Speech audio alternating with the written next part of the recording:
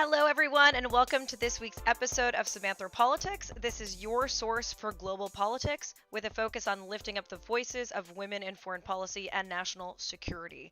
We have a really exciting show lined up tonight about the brewing crisis in Russia and Ukraine, and two pretty top-notch guests waiting in the wings. I feel lucky and privileged to have them here, both foreign policy commentators, Maria Snegovaya and Natalia Antonova. But before we get to them, let's do a little bit of talking about what exactly is happening in Russia and Ukraine. So, more than 100,000 Russian troops currently are surrounding Ukraine on three sides. Even more worryingly, we've seen Putin sending in blood supplies and plasma, which are typically the things that would be used in the case of if people were to get injured and have injuries, they would need to have blood supplies. The White House has threatened sanctions against Putin's inner circle. And they've also sent 3,000 troops to Eastern Europe to supposedly stabilize tensions there or support NATO. And I think it's just frankly a show of force. The UN Security Council has been meeting constantly to condemn Putin's actions and to try to negotiate. And although a recent poll claims that one-third of Ukrainians would take up arms against Russia if Russia were to invade, the balance of forces is overwhelmingly in Russia's favor. Russia's military spending in 2020 was about $62 billion, and Ukraine's was less than a tenth of that at $5.9 billion. For the first time in over a month, Putin yesterday signaled that Russia was open to a diplomatic resolution. He's been claiming that the U.S. is trying to goad Putin into an armed conflict, which is also ironic considering he's the one who has amassed troops on the border. So this isn't the first time that Russia invaded Ukraine. You might remember in 2014 when Russia decided that they were going to annex Crimea. Now, this wasn't out of nowhere. What basically happened was that there was a rising discontent in Ukraine and a revolution that ousted the then president, Viktor Yanukovych. Yanukovych was a pro-Russian force. He was also highly corrupt. One fun fact about Yanukovych that I think is really weird is that he had an ostrich farm on his property. I still don't totally get that, and I also can't help wondering if there's any link between Yanukovych's ostrich farm and Paul Manafort's ostrich jacket, considering Paul Manafort was also implicated in Russia and Ukraine issues. You know, not trying to spread conspiracy theories here, but I just find that very interesting. Since that time, Zelensky has become the new president, who's also a Jew. L'chaim, I'm Jewish as well. And that has led to also, anti-Semitic and kind of pro-Jewish conspiracy theories with regards to Ukraine as well that have been surfacing within Russia. Also, the U.S.-Ukrainian relationship has become a lot closer. Under the Ukraine Security Assistance Initiative, for example, the U.S. has stepped up a lot of efforts to help Ukraine's ops forces, including with weapons, including with money, and a lot of tactical support. So that has been also something that I think we're going to talk about here with Maria. I also think it's really important, though, that we go back further if we really want to understand the conflict brewing today, which is all the way back to 1991 at the fall of the Soviet Union.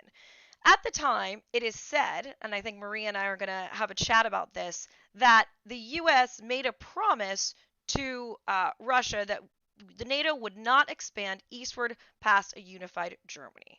Obviously, that has not happened, and NATO, and prompted by the U.S., has shown very willing, a very high willingness to absorb countries into NATO. That being said, should we deny countries that want to join NATO because we made this promise to Russia, or did we make this promise to Russia? I don't know. That's part of Putin's claim, though, is that Russia keeps expanding that NATO keeps expanding eastward, and he is terrified of Ukraine joining NATO and what that will do to him, to Russians, to his reputation. So, I would like to bring in our first guest, Maria Snegovaya. You may have seen her recent article in Foreign Policy magazine that explicated as to why Putin is acting now, and we're going to dive into a lot of those things tonight. She's also a postdoctoral fellow at the Kellogg Center and a visiting fellow at the Institute for European, Russian, and Eurasian Studies at GW. She's a member of Ponar's Eurasia. She has a PhD in political science from Columbia University, and she's published widely on party politics, political behavior, and political economy. Especially, and the last time I brought Maria on, we talked a lot about the democratic backsliding in Eastern Europe and why exactly that was happening. She has been referred to in also the New York Times, Bloomberg, The Economist. I saw her in Vox this week. I'm pretty sure she probably has about 20 more news channels that she's been on since we've talked last, because since the Russia crisis has come up. She's also collaborated with Brookings, Eurasia, and Freedom House, and she is amazing and awesome, and I'm super excited to bring her on. And thank you very much, Samantha. If I may jump in, I also visited the Ostrich Farm by Yanukovych. Oh my gosh, tell me about it. What did it look like? Well, it was already during the time. Right now, this whole estate by Yanukovych is converted into a museum. The ostriches were the best part of it, though. Oh my gosh! So you were at the museum, or you were at it when there were ostriches there? The ostrich is still there, and the farm is still there, but they're showing it to the tourists. Oh my gosh, that is. I think the ostriches are doing better now that they also feel liberated, like the rest of Ukraine. Were they part of the revolution? They were holding signs like "Down with Yanukovych." I'm sure it was deep inside they were. Mm-hmm. So, first of all, I want to thank you for coming on the show. I know, you've been in high demand and have an incredibly busy schedule, so I'm honored to have you here. So, first of all, thank you so much for coming on the show. Thanks for having me. Of course. So, I think the big question that everyone's wondering now, and you talked about this a little bit in your piece on foreign policy, is why is Putin doing this now? Why was it not in 2015 or 16 or 2018 or 2020? Why exactly is this happening now? And maybe, I know you have a lot of different kind of hypotheses, so I'm thinking let's go through them one at a time. So the first thing you mentioned is Russia's decline in leverage over Ukraine. Can you talk about that a little bit? Yes, I think it's very important as long as we assume that Putin is rational, right? Because there's a different stream of thought that thinks that he's just completely is out of his mind. And I know that even some of the policy community sometimes, some members of the policy community sometimes consider that, right? Unfortunately, that assumption that he spent too much time at his bunker where he's hiding from coronavirus and haven't not seen anybody, just came up with completely crazy ideas about the world order. Those assumptions undermines our capacity as analysts to analyze and predict his behavior, right? So that is an important sort of limitation. So this is an article that acts on assumption of Putin's continued rationality, and frankly, it's not like he fundamentally undermined or changed the demands that he's done before. So the current pattern of demands, of requests to NATO, the disagreements with the West, is consistent with what we've seen before, except that it's true that Russia has become even more provocative and even bold, if you will. Can I stop you for 1 second? So what have been Russia's main demands that continue to be, on the drawing board today? Well, broadly speaking, right, the new Yalta, so to speak, Russia wants to revise the world order. It wants the United States essentially to allow Russia some sort of control agency over what it deems to be its own region of responsibility. That is the post-Soviet space, or in other words, all the countries, or the former countries of the Soviet and communist space that didn't have chance to flee to NATO, essentially.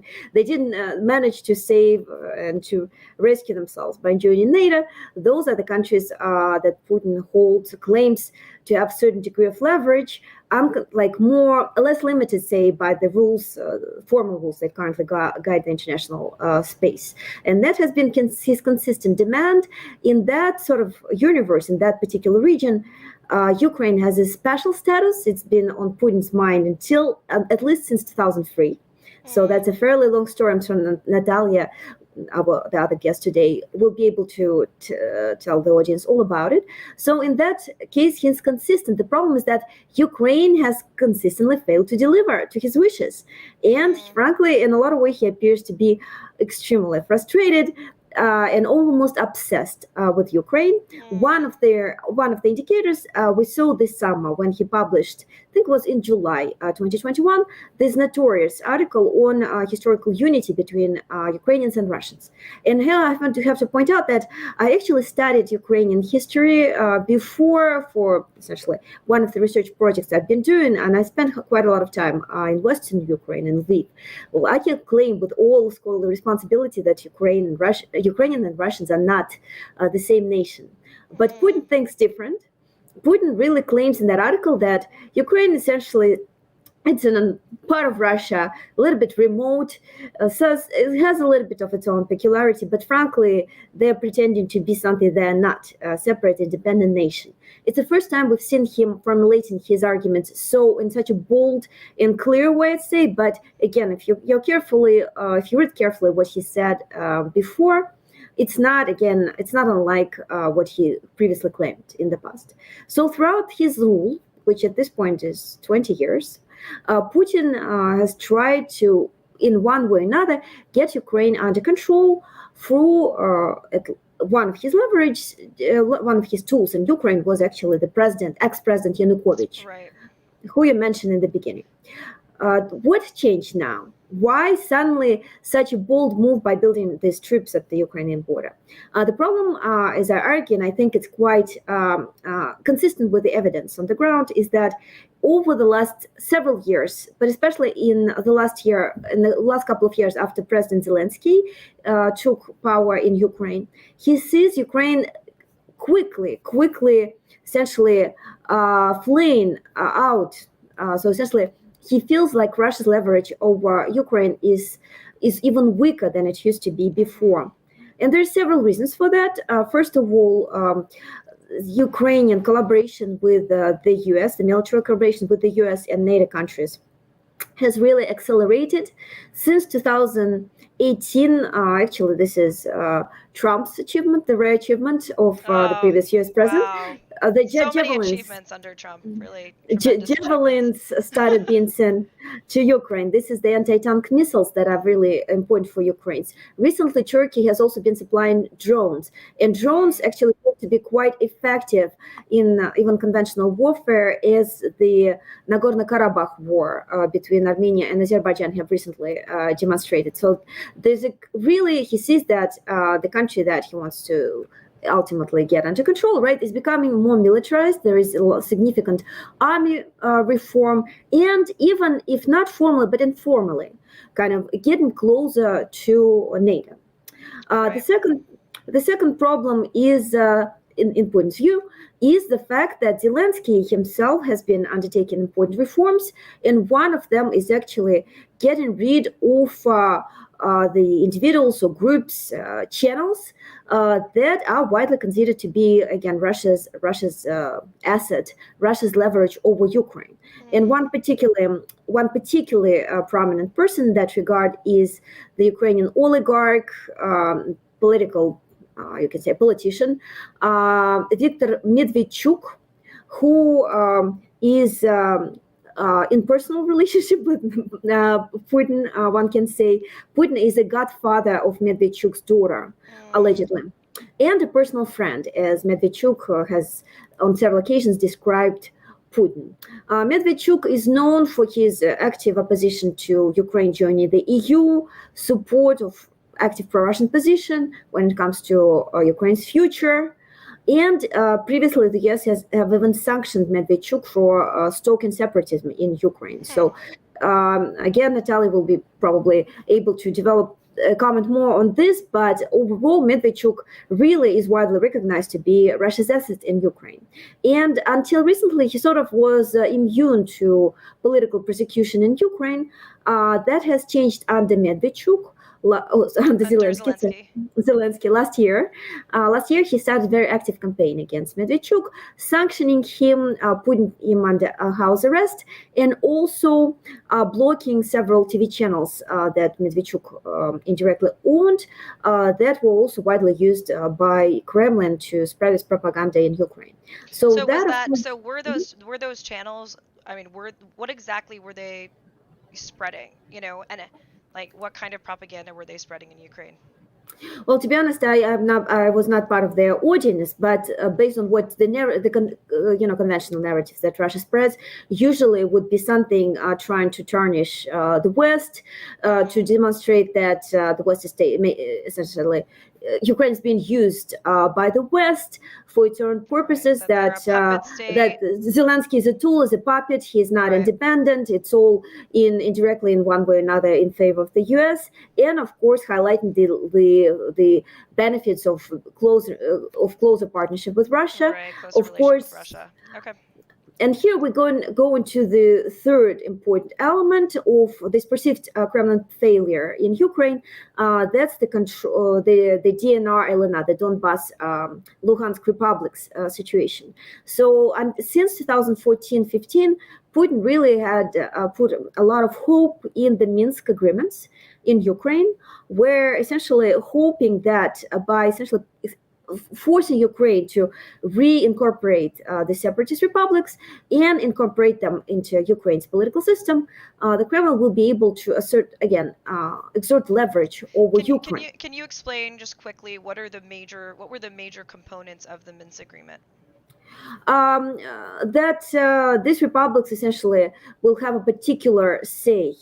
So they will have this particular status that allow them some political leverage over in Ukraine politics, right? They like will have the a Donbas particular region, like the more ethnically Russian regions. These are not just more ethnically. I'm always just always question what it means to be ethnically Russian and Ukrainians, the but Donbas region. Those are definitely the republics that are separatists that are now that people of opposite views have left this region. The Ukrainians who really feel very passionate about the country that fled the region. Now, of course, it's highly penetrated by Russian security. These people are also definitely brainwashed by the Kremlin propaganda. And it's really hard to say at this point, right, to what extent the leaders, the so-called leaders, alleged leaders of these republics, they're independent or they're Kremlin's puppets, because there's a lot of reasons to believe they're just, again, assets that have been imposed by the Kremlin in order to achieve its own goals in Ukraine. And the idea of the Minsk agreements that these republics will be incorporated into Ukraine, and eventually through the electoral process, right, they will have some representation in Ukraine's parliament, for example, and because they will have also a special status, will have leverage over Ukraine's politics, which for Russia is very important. It's somewhat ironic that as of now, because of its policies in Ukraine, Kremlin has actually helped Ukraine's political system to become more consolidated, right? Because the regions with more separatist pro-Russian sort of sentiment were either annexed, like Crimea, or separated artificially from Ukraine. So that the Putin's own policies So basically, you're saying that Putin's own policies led the region that wasn't, the Donbass and stuff, to become more consolidated, because the areas that were super pro-Russian have kind of unofficially broken off anyway, so then you can consolidate and become more democratic, like at its core. Pro-Western, more democratic, more pro-Western, very importantly, pro-EU. In that sense, in a lot of ways, Putin definitely contributed to, consolidation of Ukraine as a nation around common values. And that he also sees in the polls. And the irony is that this combination of these factors makes him extremely frustrated, right? He's losing his leverage, his soft power over Ukraine. And the only power that's left is coercive power, the hard power. And that's the one he's potentially trying to use right now. So you think in terms of why he's kind of lost all of these soft power mechanisms of influence, and so he doesn't really see what else he can do besides exercise hard power. Is that kind of the conclusion we're coming to? Or at least threaten to exercise the hard power by hoping that the West and Ukrainian politicians will be scared enough to make some important concessions, particularly when it comes to Minsk agreements. As to his own realization of the fact that he has lost his battle, at least in the short term, he literally writes that in his article that I mentioned before on historical unity of Russians and Ukrainians. He literally says that he starts to realize that Ukraine doesn't really need the Minsk agreements. And I think he's right there. It's also interesting, whenever we analyze Putin, to kind of look at his history as a KGB officer, as the Soviet Union was falling and having to, burn papers of the KGB, and kind of how humiliating that was, and thinking about, it just always seems like he's mourned the fall of the Soviet Union and the breakup, and kind of aspired towards territorial expansion, or at least a sphere of influence that still encompasses a lot of the post-Soviet countries. Completely true. Actually, in my hopefully upcoming work, it's under review currently, together with a co-author, we show that up 30 years after transition, 30 years after collapse of the Soviet Union, over 60% of Russia's top 100 political elites have still their backgrounds in Soviet nomenclatura. So wow. Almost 2/3 of Russian political elites have direct links for their own personal career or for their parental backgrounds to Soviet nomenclature. So it's not surprising that in a lot of ways we hear these overtones in his claims, in his beliefs, right? Because he is himself directly sort of coming, and the political elites in Russia, they come from that, they have that background, they have nothing else essentially to offer, right? Because they know nothing else. But the irony is that Putin is also sort of doesn't like Lenin. He blames on Lenin the creation of Ukraine in that particular article. So he has sort of complicated relationship with the Soviet Union. So the Soviet Union was okay as long as it expanded, but to the extent that early on the Soviet Union conducted some policies that helped build a nationhood in the post-Soviet space, there he actually disagrees. So where we're at now is that we have, the U.S. threatening sanctions, sending troops to Eastern Europe. The U.S. hasn't really truthfully made any concessions, or the EU hasn't really made any concessions that he's looking for. Do you think that he'll actually invade, or do you think this was all just a show of force to try to prompt concessions, and he has no actual plans for invading?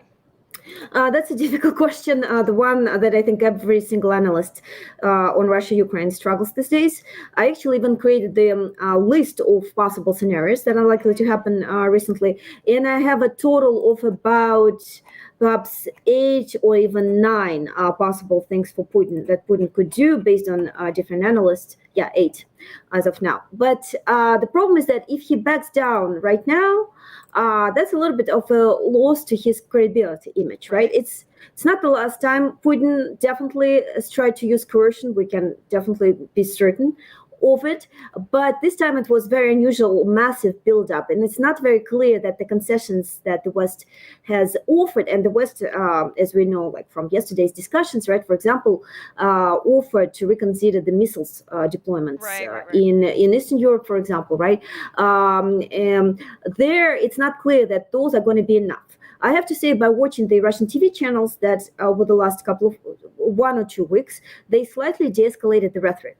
I visited Russia a couple of weeks ago. At the time, all the state-owned TV channels were about communicating this idea of, if need be, we will go to fight, and we will show the Americans, the Ukrainians, that there's a true Russian spirit, essentially this very bold pro-war propaganda, and very Soviet in its style. But lately, a lot of people who watch TV channels, the commentators, they actually noticed that the Kremlin has scaled down a little bit. I would also point out that Putin definitely needs to visit his so-called friend, he calls him friend, Xi Jinping in China, and certainly discuss this with him, because China did not seem very happy about this promise of another war escalation. So if it's not complete de-escalation, which will be perceived as a weakness, and maybe not any bold action, I really doubt that he's ready to go all the way deep into Ukraine and occupying Kiev and overthrowing Zelensky's government also. So what are we left with? I think there are several scenarios. First of all, continued sort of military build up at the border to keep everybody very on alert, very much worried, and eventually people will grow tired of it, right? Because it's just too much. Ukraine and Russia, let's face it. And like, how long does anything last in the news, right? It's already been almost a month at this point that the news It's is going to get remarkable. tired of it too, frankly. It's remarkable how long this time around this whole story has been in the headlines in the US, I have to say, and I thank the American audience for their continued interest, because it's a really important situation. We are facing the possibility of revising of the liberal international order, so it's really, I think it really matters. Can I just stop you right there, because I think that's just a really important statement you just made, that we're facing a revision of the liberal international order. So I just want people to reflect on that. I mean, that's a pretty bold statement of thinking about if Putin achieves what he wants, right? But it's unlikely that he's successful this time. Luckily, I'm actually quite happy about the way the U.S. administration has acted recently. So they did not provide serious concessions. They actually showed a very resolved response. Although I do agree that the unity of the European partners could have been stronger. But to go back to the previous point, like, if it's not a full-blown escalation, if it's not, again, a retreat, what do we have left? Either, again, this continuous military build-up, tension on the border, waiting for everybody to get tired, and then perhaps making a move which may be further incursion into Ukraine. And by the way, looking at how Putin acted in the past, right? He doesn't like to be predictable. He likes this element of uncertainty. He usually acts when everybody least expects it, right? That's partly his KGB background, partly the rational element, right? Because you don't want everybody to be prepared to your actions. So that's one possibility. And the recent ISW report, the Institute for the Study of War, actually outlines the possibility of maybe more localized operation, perhaps deployment of Russian mechanized forces into Russian-occupied Donbas, and perhaps further move into neighboring area in Ukraine, for example, expanding the area controlled by the separatists. That would be one possibility. So essentially expanding into the region, but not saying we're annexing it like they did with Crimea. This annexation, that's a widely debated issue in Russia among the Russian experts. I frankly don't see immediate benefits for the Kremlin from annexing Donbas, because first of all, it completely defeats the purpose that the Kremlin had from the start, right? Trying to plug it back into Ukraine and then using it as leverage over Ukraine. I think many Ukrainians will be frankly relieved if he was to annex Donbas in a lot of ways, sort of solve this issue for them. And second of all, that would make Russia itself violate the Minsk agreements, and so eliminate this big moral argument that Putin holds over Ukraine, accusing Ukraine of violating the Minsk agreement. So that actually does not strike me as a very likely scenario, although certainly a possibility, especially keeping in mind this idea of regathering the post-Soviet space. So if Kremlin cannot reassemble all of the post-Soviet space, Ukraine and Belarus and other countries together, maybe he can like bite off little pieces of the neighboring post-Soviet countries, like he bit off South Ossetia and Abkhazia from Georgia, maybe a little bit from Ukraine, and then sort of recollect it into one bigger quasi Soviet zombie. Although again, I do not necessarily. Soviet zombie. Maria, we just have a quick question from the chat. Someone's asking for clarification. They're asking, so do you think that Putin is currently acting out of strategic ambiguity in sending troops to the Ukrainian border while denying any intent to invade Ukraine? Like, he's almost like wanting to keep us guessing? Is that part of the kind of? I think that's what he always does. Yeah, I think it's strategic ambiguity is a good term. I thank the commentator for that, and that's what he always does. And if some people would argue, hey, how is that ambiguous when he's been building like these large-scale troops since April 2021 on Ukraine's border, right? How is that ambiguous to anybody?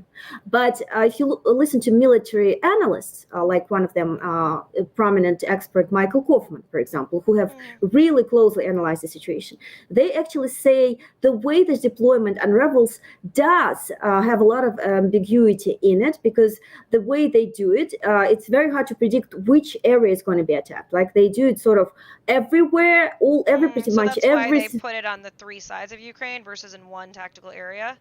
Yeah, including Belarus recently. They actually enhancing their presence in Belarus, sending their Rosguardia soldiers and who not, essentially, even some Wagner private military contractors, allegedly. There were rumors about that. So that makes a lot of military analysts guessing, like as we do right now, not being military analysts, but being analysts, guessing what the real purpose is. And last but not the least, I wanted to mention one more possible scenario. A lot of people start noticing the possibility of possible escalation in the Balkans when it comes to Bosnia, for example. And if something was to essentially happen there, it's likely that the international attention, for example, will be distracted. And then the Ukrainian situation will provide some opportunities for Putin. But again, that's a scenario. Are you saying that he potentially could stoke some sort of instability within the Balkans? Assist. I think the Balkans are quite do not necessarily always need Russia's assistance to be unstable, but certainly it wouldn't be the first time that Russia interfered. Remember 2016 when they tried to do a coup in Montenegro. So it wouldn't be the first time that Russia tried to stoke something in the Balkans. Currently, Putin has really deepened his collaboration with Serbia, with Vucic. So from that perspective, that's another possibility. Putin acts like likes acting unpredictably. He likes to keep people guessing. He likes to keep people guessing. That's part of his game. I think he really enjoys it in a lot of ways. And plus, it's really much more rational, right? It's less costly when your opponent is not prepared what you're going to do. So from that perspective, I would be carefully watching the situation everywhere, because I frankly do not think the situation on Ukraine's border has been resolved. So last kind of question, I know I said I would get you out of here soon. In the case of U.S. concessions, you're saying that our agreement saying that, okay, with regards to missile deployments in Eastern Europe isn't really enough of something to offer him in order for him to back down and still save face.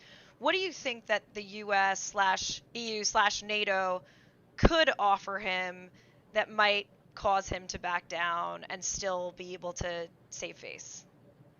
I think that so far, at least the U.S. in recent weeks and months has been doing quite a good job combining carrots and sticks. And the sticks here would be a threat of really serious and credible sanctions. So far, unfortunately, on the Russian direction, the Biden administration has not been very credible when it comes to sanctions. Instead, they lifted the sanctions over Nord Stream 2. They didn't really introduce any serious... I was going to ask you, what was Nord Stream 2? I was actually wondering that. Gas pipeline, which is built to almost finished, right? To send essentially for Russia to deliver the gas straight to Germany, and would make Germany the major gas hub in Europe. Currently, a lot of Russia's pipelines, a legacy of the Soviet time, goes for Eastern Europe and mostly and importantly for Ukraine. And essentially, the goal that Putin has here is to completely close the Ukrainian direction or decrease the gas being provided to Europe for Ukraine. That way, Ukraine loses a lot of revenues because it gets some revenues for gas transit, and by contrast, will make Germany more dependent on Russia's gas supplies in a lot of ways that it's beneficial for Germany, but also for the Kremlin. It deepens Kremlin's control over Germany. So that's the pipeline that the U.S. wanted to sanctions, because there's no clear, obvious need besides hurting Ukraine. From the U.S. perspective. But the Biden administration decided not to pursue the sanctions because the pipeline is almost built and they didn't want to spoil relations with Germany further. Then there were sanctions on Navalny, regarding Navalny poisoning and the use of prohibited chemical weapons. Those were also not very serious. But recently that has changed. However, the Congress and the administration have been working on a really serious package of sanctions, which it seems to be appears may be made quite credible for the Kremlin, And those are sanctions that are going to really hurt the Russian economy. That is in case something happens in Ukraine. So that's the sort of stick that should continue, because Putin. So you think Putin will react to stronger sanctions because he's going to be worried about us taking their economy? I think it will be one element. It's a problem for the Russian population. And you can say, yes, he's an autocrat, he doesn't care about the population, but even autocrats care to some extent, right? You didn't want a massive public protests in the streets, especially if something like really bad happens to the economy. There might be unpredictable chain reaction even for autocrats. But there's also needs to be a little bit of the pathway, I think, for him not to be completely cornered, for Putin to be able to back down while saving face. And from that perspective, I think NATO resilience and standing strongly to its standards, right, not accepting any of the ridiculous demand that the Kremlin has been able, for example, back down to the 1997 borders, etc. There, I think they've been delivering quite strongly, but I think while at the same time offering some space for cooperation, that offering him something essentially that he can use as a reason to back down. So that all of that has been good so far. What I think is also important is to realize that the Kremlin's insistence on incorporation of Donbass and Luhansk into Ukraine, and the way the Kremlin reads the Minsk agreements, are really hurtful for Ukrainians' future. There's rumors that there was a pressure on President Zelensky from the side of the U.S. administration to move forward with implementation of these agreements. There, I think it's important for the U.S. to realize that this is essentially a win for the Kremlin. So there, I don't think. How do you feel like it would harm normal Ukrainians, or how do you feel like that would harm Ukrainians? Reincorporation of hostile territories into that are essentially under de facto rights, informal control by the Kremlin, that will certainly provide a lot of leverage for the Kremlin to influence Ukraine domestically. So from that perspective, I do not think the Minsk agreements were essentially agreements that were signed when Ukraine was weak in an effort to stop the war from escalating further. And unfortunately, they contain some clauses, sequence of clauses that's not very much in favor of Ukraine. So I think that fully implementing them will not be fundamentally beneficial for Ukraine's future. And I think that's what the U.S. side should also realize eventually. Okay, great. So anything else that you wanted to any comments that you haven't made on any other media networks that you kind of want to bring here in terms of your thoughts on the situation that I haven't asked you? Any questions, any important points? Yep. Well, I just want to thank the U.S. audience to following this issue, that it remains really important, and we are really facing fundamental attempt by the side of the autocrats, right? Be it Russia, be it Belarus, to challenge the West. That's one of the additional attempts, right? We've seen Belarus doing it in cooperation with Russia for the migrant crisis. Now there is a coercive efforts, right? These are all meant to fundamentally undermine the West and to allow for the autocrats to be able to revise the borders, the sovereign borders of the countries as they see fit. That should not happen, and we should realize that this is a really, really important struggle that we are fighting right now, and that China is also watching closely.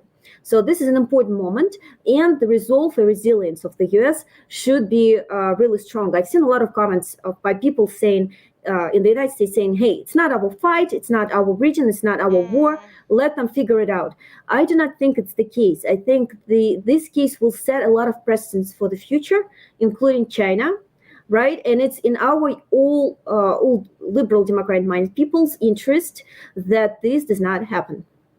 Thank you so much, Maria. I have one last question, because I said in the beginning that I would ask you. What are your thoughts on the broken promise? Do you think the U.S. really broke a promise that NATO would not expand eastward? How much do you think that this plays into everything? It's a hugely contested topic. I know even historians struggle to answer. There was some recently released archives that show that there might have been some debates on the Western diplomat side about some promises, but the conventional assumption is that there were some promises made specifically with regards to DDR. The German Democratic Republic, that's the communist controlled part of Germany, which when it merged with the Federative Republic of Germany, actually was promised. It was promised to Gorbachev that it will preserve a special status within NATO, without, I think, missile deployments, and I think this particular status may have been preserved. When it comes to non-expansion, I do not think this promise is actually war happening to the extent that the Russian side tries us to believe. But even more importantly, like I lived in Russia at the time of early Putin, and I remember very clearly the discussions of Russia itself possibly joining NATO in the future.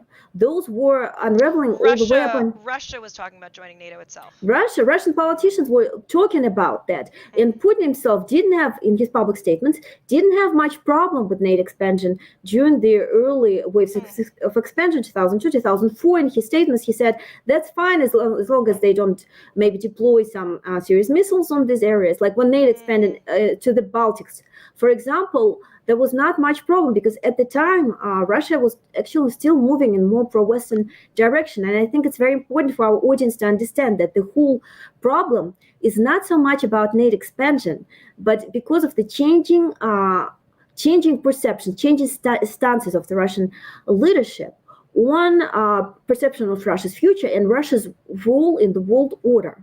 As they become more emboldened on the international stage, I feel like the legacy of the Soviet background sort of jumped in. And Putin also, it's also true, he felt he was not very fairly treated at some point. But most importantly, it's Putin who changed, not NATO. So fascinating, Maria. I want to thank you so much for coming on the show and for staying all this time to educate American audiences. And, I think, my hope is that this is not Afghanistan. It's not a part of the world that I think people were kind of like, what are we doing in Central Asia? But I think that strategic interests for the U.S. in Europe are so clear, and our allies with the Europeans are so strong that I don't think that we will back down on this issue or just say, forget it. Like, we'll leave it. The question of sending troops to fight the Russians is different, but it kind of sounds like it's not going to come to that. Fingers crossed. Good to hear that. All right. Thank you so much, Maria. Have a great night and appreciate you coming on the show. Thank you very much. Have a good night. Take care. Well, that was Maria Snegovaya. She's been in Foreign Policy, the New York Times, the BBC, Vox, in addition to some other politics. So really happy that she was able to come on the show tonight because she is in high demand. And it sounds like she has thoroughly evaluated every possible scenario that Putin could take with consideration of Putin being a rational actor. It's also sounding like Putin is the man has a very big ego and he likes to look tough, and he's not feeling so tough right now. And so he's using military force to show how tough he is in the wake of the fact that all these countries are wanting to join the West, or wanting to join NATO, or wanting to join the EU. And so he's using military posturing as a way, I think, to look tough. So I want to bring in our next guest without further ado. So Natalia Antonova, I hope I pronounced that right. Natalia Antonova is a Ukrainian-American writer and investigator who spent 7 years working in Moscow and now lives in D.C. She's also been in Foreign Policy magazine, The Guardian, a lot of other very established foreign policy publications, and I'm really excited to have her tonight. So welcome to the show, Natalia. Thank you. Thank you for having me. Yeah, I'm excited. So before we dive into policy issues, I'd love to know a little bit more about your personal background. Where were you born? Where did you grow up? And that sort of thing. I was born in Kiev, so I'm actually from this part of the world that is currently being threatened by, as I like to call him now, the revanchist goblin in the Kremlin. And I grew up. Yeah, you have to try to take them down a notch, right? Even when it's really bad and they might bomb your family. But I grew up in North Carolina, and I spent about a decade abroad as a journalist and a writer. I was in the Middle East before I spent a very memorable 7 years in Moscow. I know I didn't send you like a very exhaustive bio. I'm not much of like a bio writer, but I was there for 7 years. I had, Putin and his team actually shut down my newspaper while I was working over there, while I was the editor-in-chief of it. And I even had like I also did playwriting while I was there, because it's one of these things I do. You're very like academic, very serious, rational guest, and I'm more of like the wild card, right? So I was a playwright for a while in Moscow, and I remember distinctly in 2014 when the war kicked off, and I had a premiere at a theater that I loved. And, I'm a Ukrainian American writer, and, the play wasn't even about the war, honestly. It was about a lot of like my issues with the way that Russia was headed towards at the time. I think it was kind of a very, unfortunately, a very prophetic play in some ways. But they killed my premiere, and they said, so you didn't even get to do the premiere of the play. No, and it was sold out, and then they killed it, and then I started asking questions. So disappointing. They were just like, we can't tell you why this happened. And, so it was a very colorful time for me in Moscow. And then I came back in 2017, back stateside. Was just like done at that point. It was just too much. And I've been a journalist here ever since. I have my own newsletter. I mostly focus on OSINT and geolocation in my newsletter, because I was Bellingcat's editor for 2 years. When I first moved to DC, and I developed an interest in the investigative process. And I kind of started it back when I was living in Moscow and getting harassed by a lot of these people, because I was Ukrainian American and because I was kind of a thorn in a lot of people's sides. And you start noticing that you're being watched, and you have weird emails, and you get strange phone calls from numbers, or like no caller ID numbers. And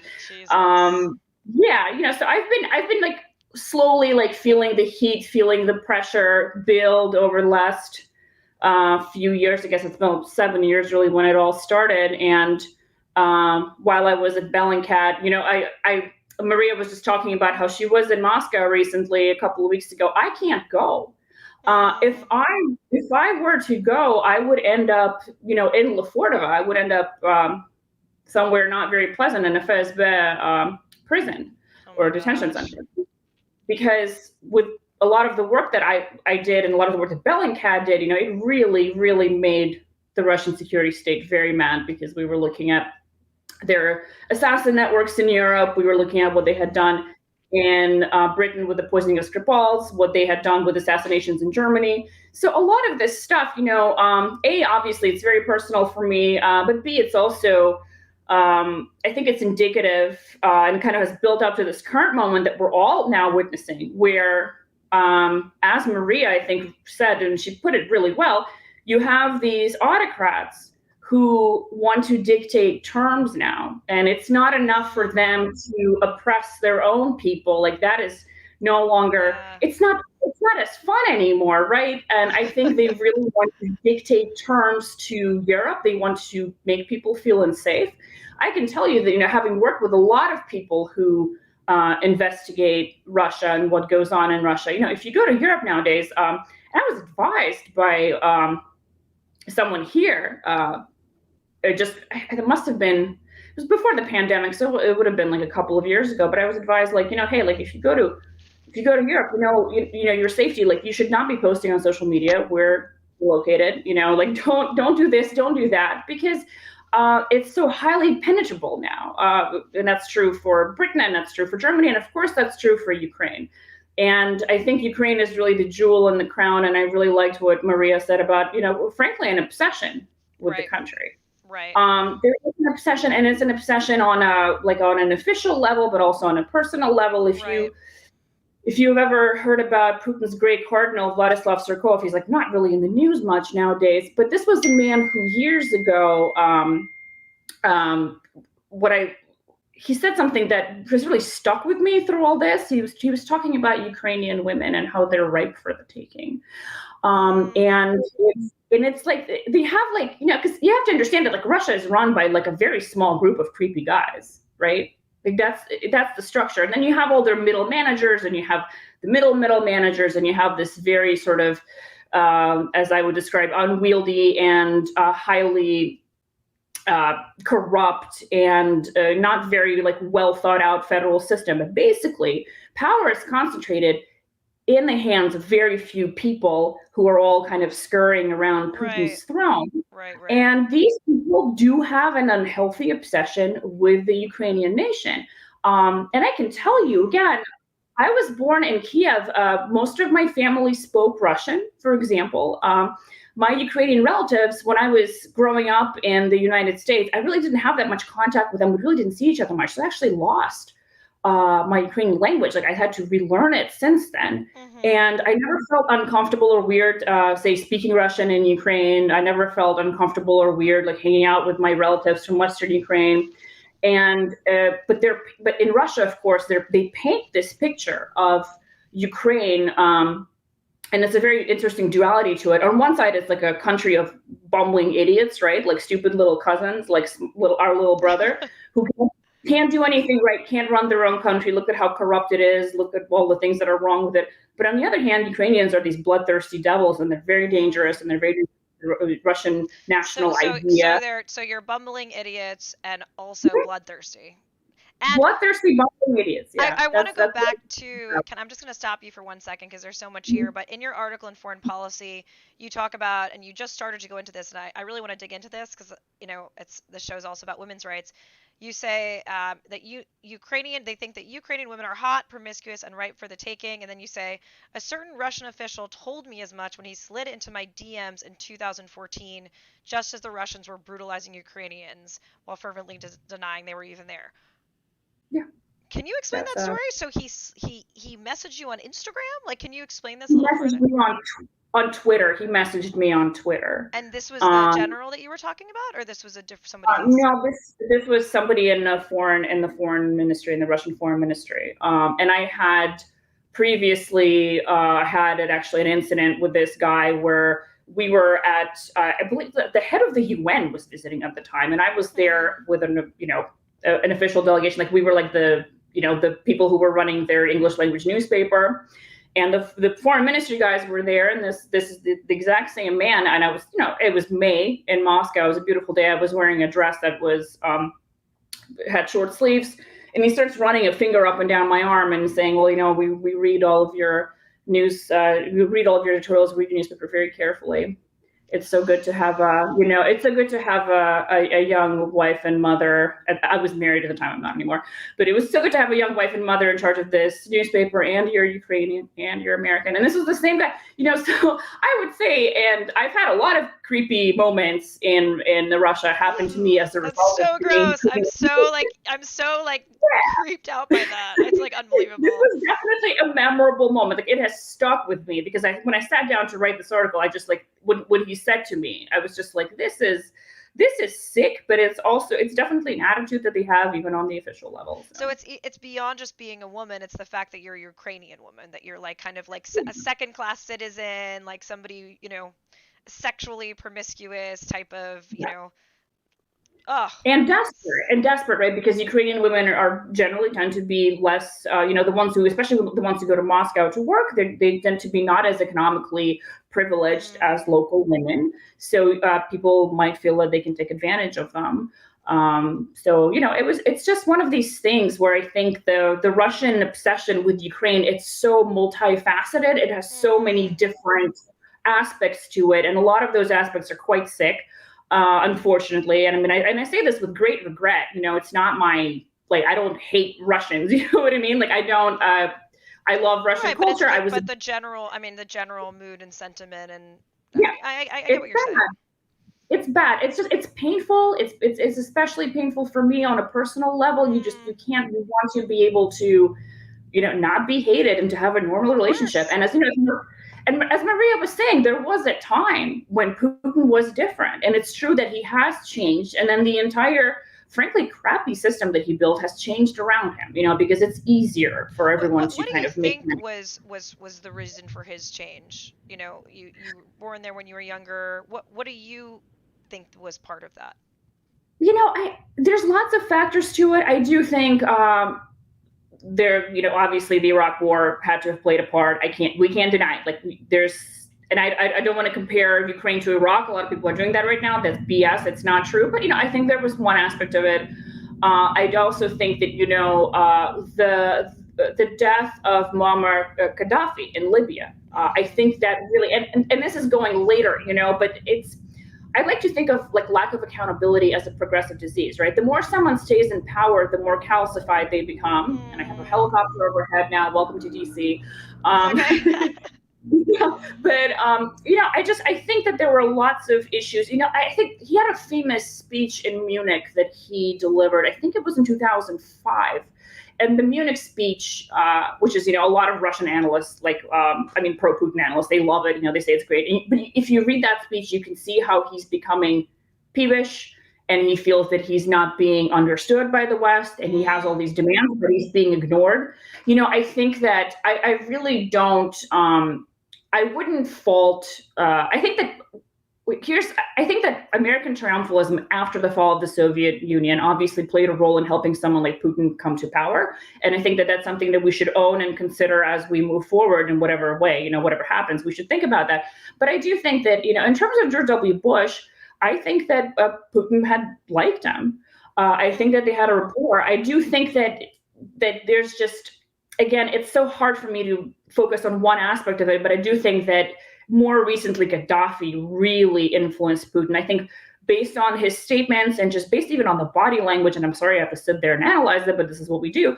I think he really saw himself as someone who Gaddafi understood. And I think that he felt horrible when Gaddafi died.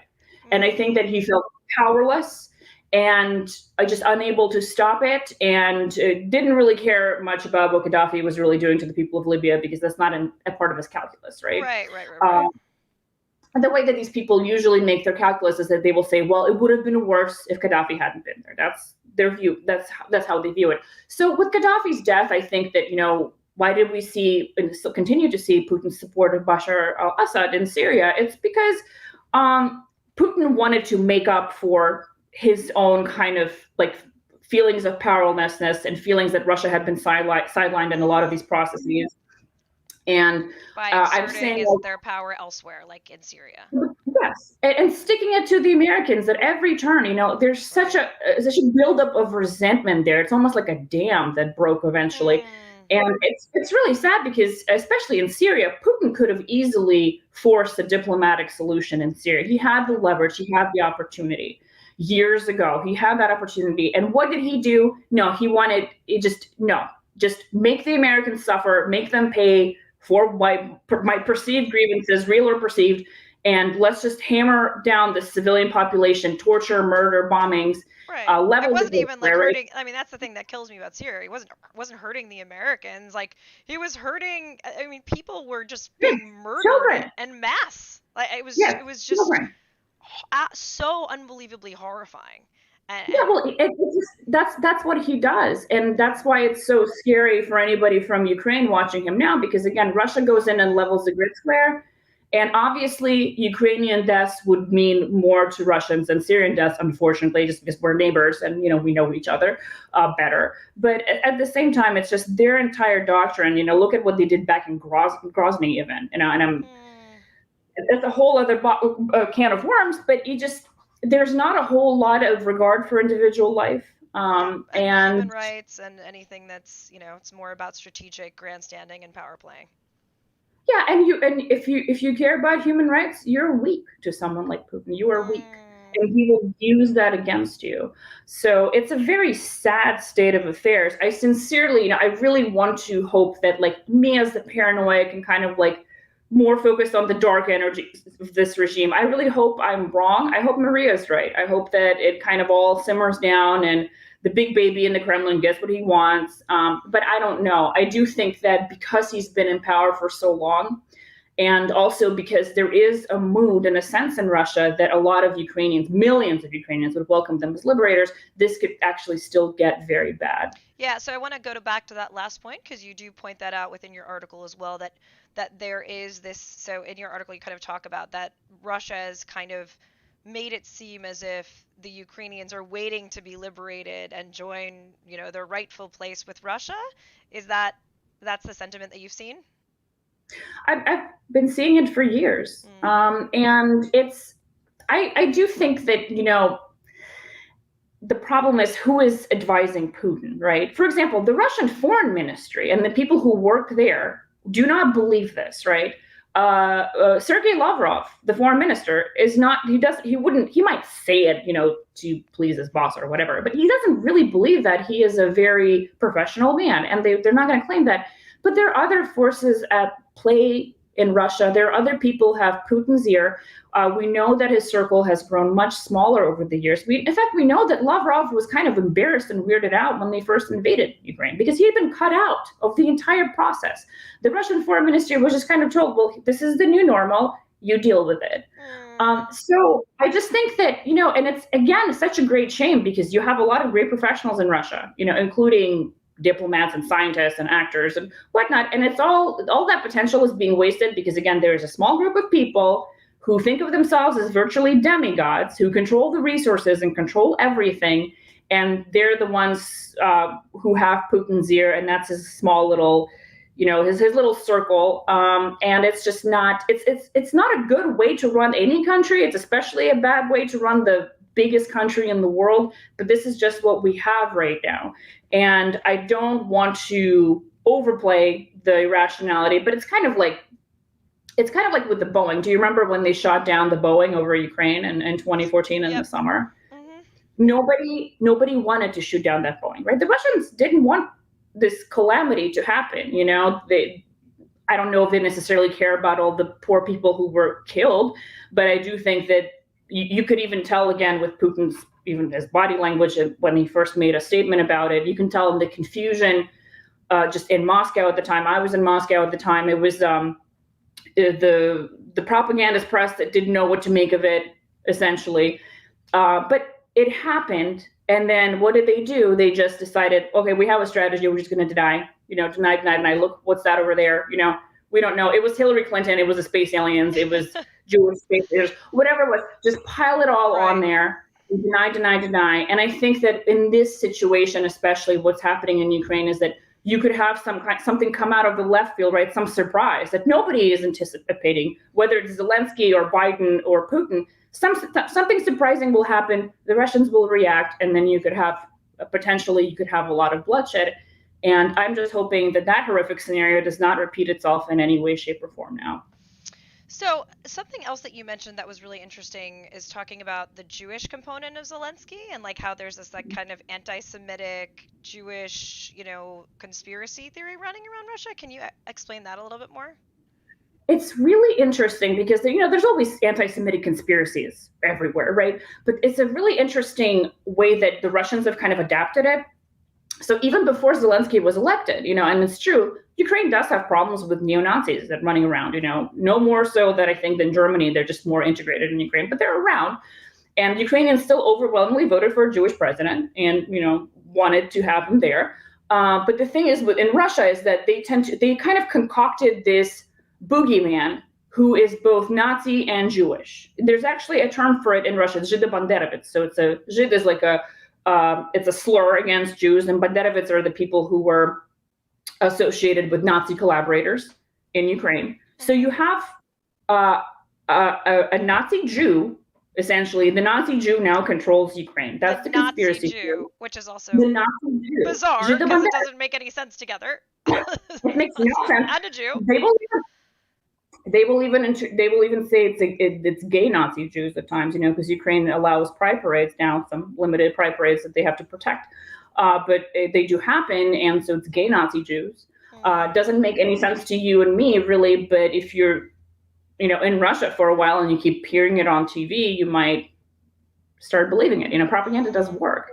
Yeah. So, yeah. So there's not a lot you can say about it, right? It's just sort of like, this is insane.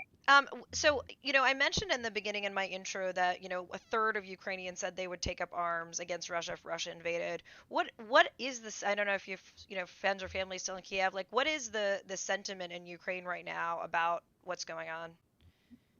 There's lots of preparations being made.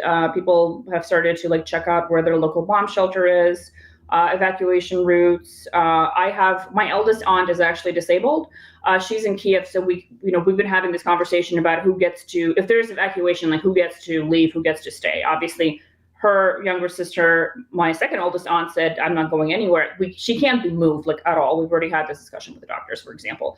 Aunt doesn't want to leave her sister. My cousins aren't going to leave her mom.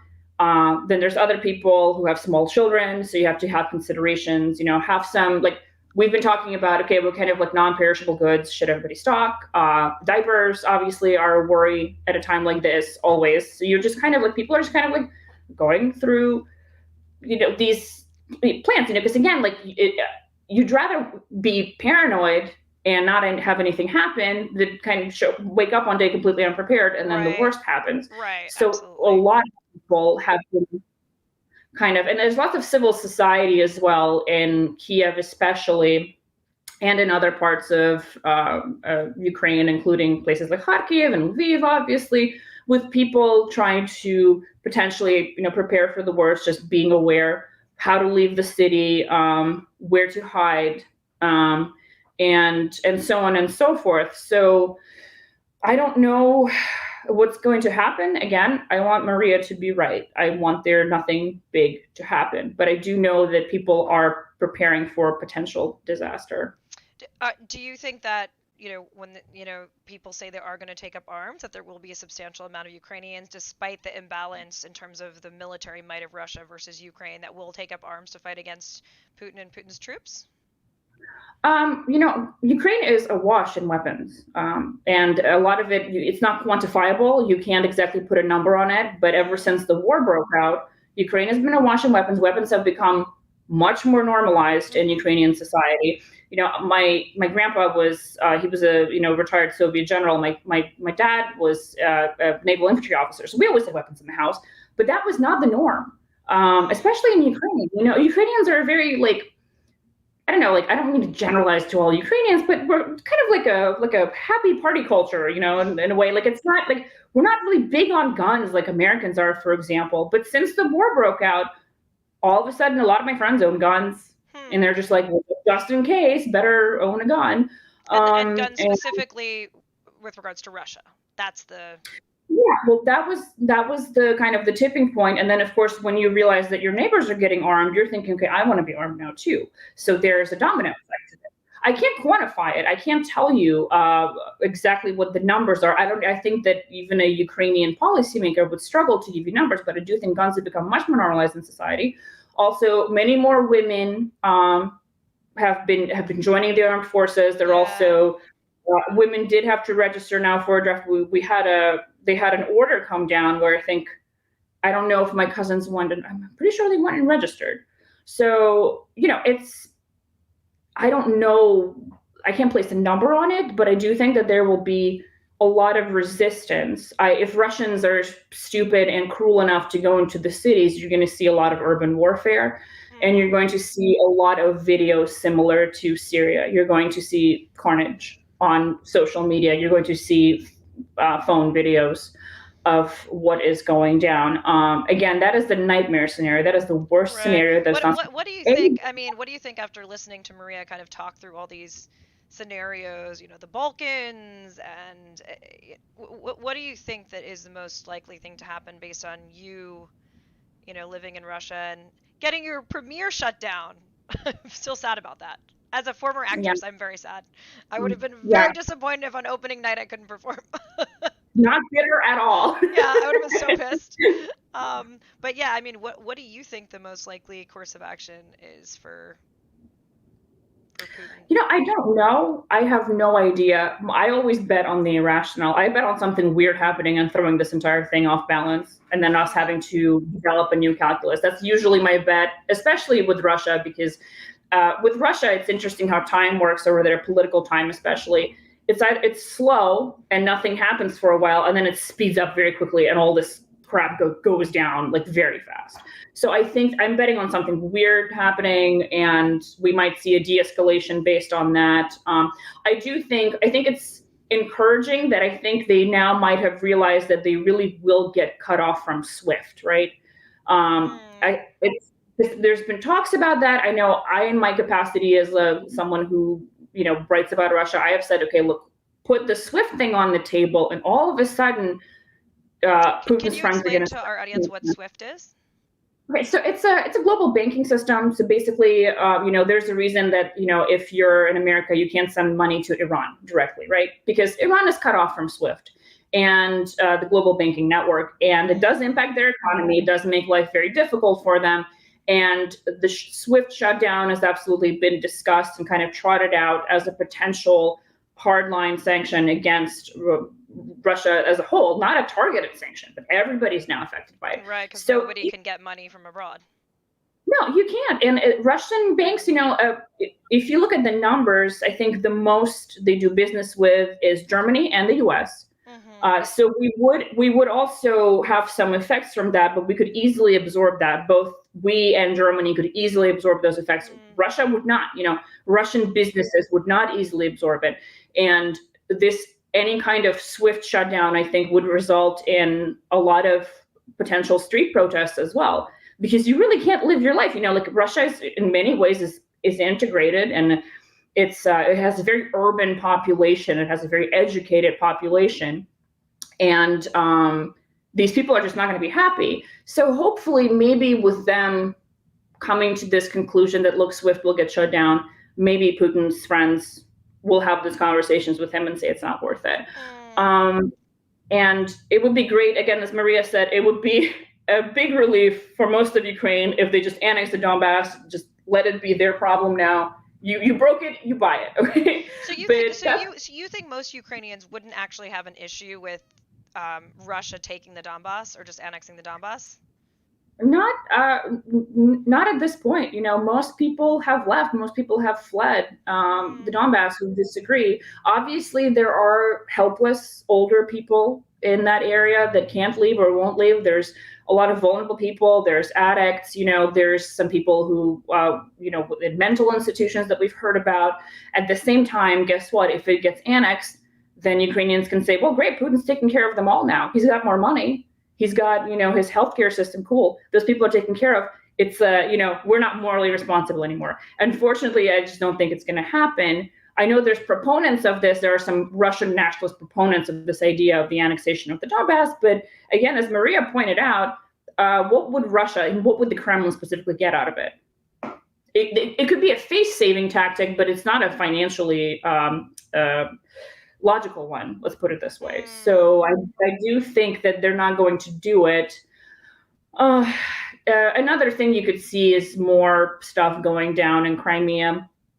And I think, and by stuff going down, there's a range of things that can happen in Crimea, including them just really militarizing that entire peninsula. And I'm not going to get into like the details of that, but there's a lot that they can do with regard to Crimea. And in terms of I believe it's in terms of their either water or electricity supply. I would have to look that up though. But also they might want to establish, and they might move to establish, big permanent bases in Belarus, because Alexander Lukashenko, the Belarusian dictator, he has long COVID.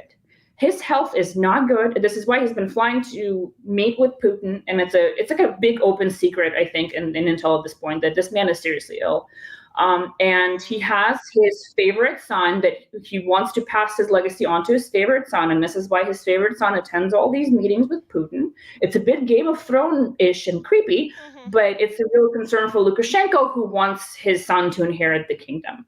And I do think that with that in mind, with Lukashenko keeping that in mind, he might just allow Putin to do whatever he wants in Belarus. That's another possible scenario where we might, to avoid bloodshed, some kind of big situation, but also to save face, they might just entrench themselves in Belarus and keep pointing their guns across the border. So yeah, that's so interesting, especially considering that Belarus has had these massive protests, obviously against Lukashenko. To think about, like, in that scenario, Lukashenko dies and then his son takes over.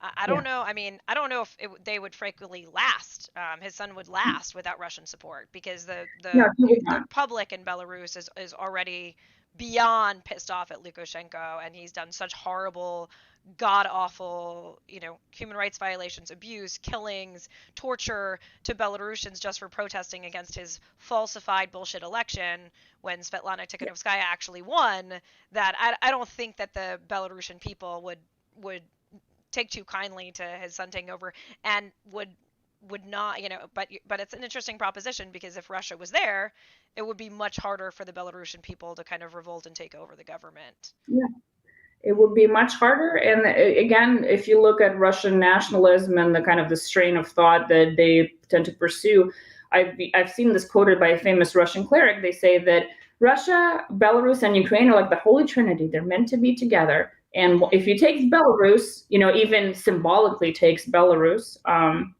what is going to happen to Ukraine? We don't know, but obviously Ukraine is going to have to fight like hell to survive either way, I think, whether it's military or in terms of the economy, in terms of anti-corruption, in terms of a freer and more equitable society. I think Ukraine is well on that path, and as Maria points out, it has been really integrating itself more with Europe, and it is improving, I think, as a country.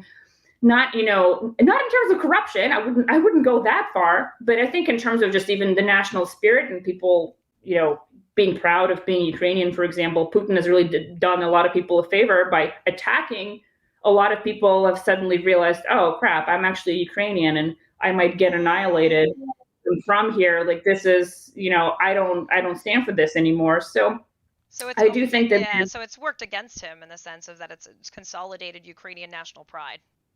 Absolutely. I've seen it with my father's generation, even, people who were Soviet military officers who were all, thank God, my father passed away last year. It's horrible, but I'm glad he's not seeing this stupid mess. But all of his friends, they're ready to go fight the Russians, and they served with Russians for many years. Wow. And again, that is Putin's doing. That is something that this man did. It did not have to come to this, but he did it.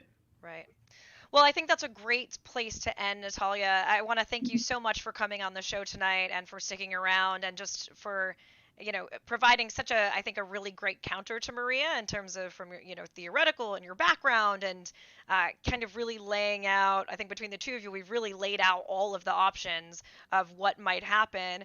And also, my heart goes out to the Ukrainians. I mean, I can't imagine, preparing for war. It just reminds me of the Holocaust, of like all these Jews that said, oh, well, it's not going to happen, it's not going to happen, it's not going to happen.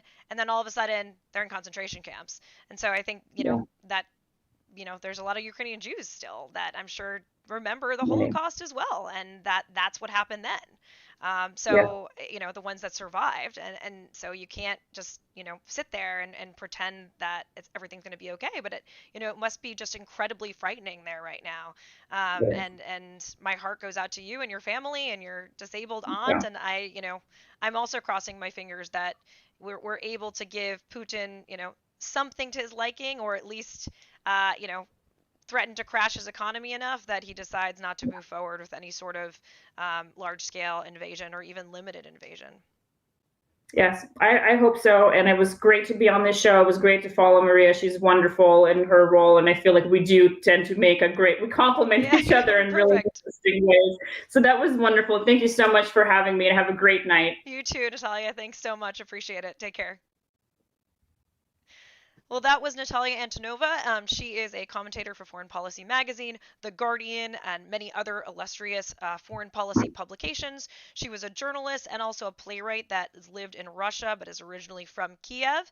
And so, she gave us a little bit of a wild card scenario. I thought that last piece about Belarus was really interesting, of thinking, is Russia going to entrench itself into Belarus as another potential option to kind of keep the fire on? And I think what's overwhelmingly clear between the two of them is that there is this unhealthy Russian obsession with Ukraine, of having Ukraine, of absorbing Ukraine, of it being part of Russia, that it was destiny. The last thing she was saying about the tripartite between Belarus, Russia, and Ukraine, and that this particular country holds a lot of weight for Putin. So I don't know what's going to happen. I hope that Russia does not decide to invade the country and that we do not see massive carnage, but it also sounds like the Ukrainian people are ready to fight and have taken up arms and are preparing for that possibility, and hopefully the US will,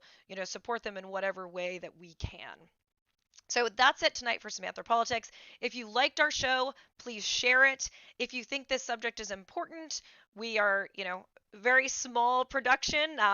I want to thank Zach from Stream Inspectors for producing this show. Stream Inspectors are the leaders in live stream production. But please support us on Patreon.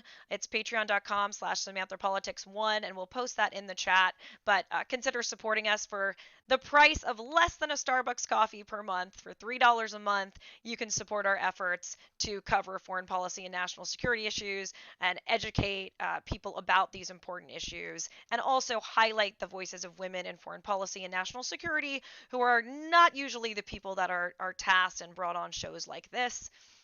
So again, share. Please subscribe on YouTube and think about subscribing on Patreon. We would really appreciate it. I also want to thank our sponsor, Trillium Creative Solutions. Trillium Creative Solutions is headed by an amazing woman named Tori Graff, who is this creative, unbelievable visionary.